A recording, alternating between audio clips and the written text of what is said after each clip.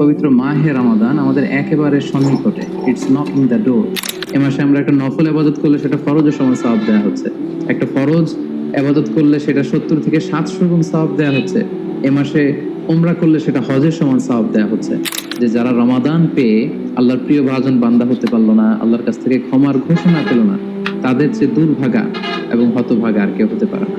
কোরআনের অনেক তেলাওয়াতকারী আছে যাদেরকে কোরআন রহমত দেওয়ার পরিবর্তে লানত দেয়, কার্ডস করে, অভিসম্পাত করে। তাই তাড়াহুড়ো করে আমরা যেন কোরআন তেলাওয়াত না করি। রোজাদারের দোয়া আল্লাহ কখনো ফিরিয়ে দেন না।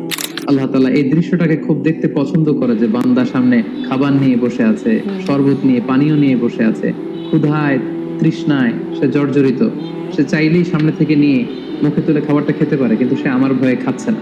তারাবির সালাতের ক্ষেত্রে পরামর্শ হচ্ছে ধীরস্থির ভাবে তারাবির সালাত আদায় করুন। সালাতুত তারাবিহ শব্দের অর্থই হচ্ছে বিশ্রামের সালাত।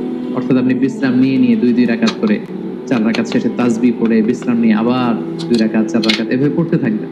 আমাদের বাংলাদেশের বেশিরভাগ মসজিদগুলোতে যেহেতু 20 রাকাতের সালাতুত তারাবিহ হয়, আমরা সাজেস্ট করি যে আপনারা 20 রাকাত সালাতুত তারাবিহ আদায় করুন। যদি কোনো কারণে কদর মিস হয়ে যায়, এটা হচ্ছে খায়রুম মিন আলফি শাহর, 1000 মাসের চেয়েও সেরা। ওই এক রাত